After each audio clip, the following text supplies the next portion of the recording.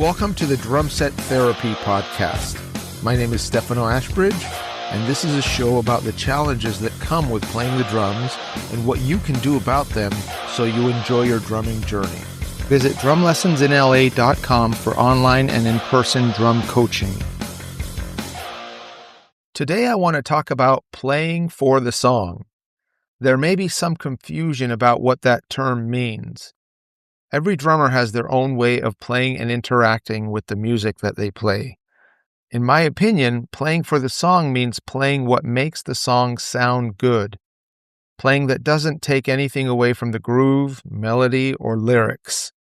Playing where the beats and fills are in the right place. Of course, we have to take into consideration the style and genre of music being played.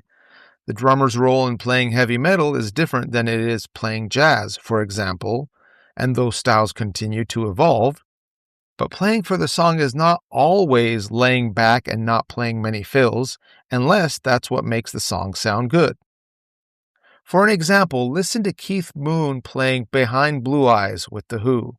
What he plays locks into the rhythm of the vocals, and it doesn't take away anything from what anyone else is playing.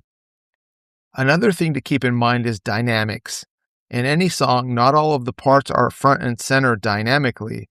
If a song is built around a guitar hook, that part is usually louder and up front in the song mix, and the other parts sit under or with the main part. So as a drummer, you can do the same thing. If your parts are more busy, not everything has to be dynamically front and center. That also goes for how you orchestrate what you play. A fill every measure on the toms has a different effect when it's played on the hi-hat or the ride cymbal. That's my 2 cents. Play for the song. Thanks for listening. Visit drumlessonsinla.com for online and in-person drum coaching. Till next time.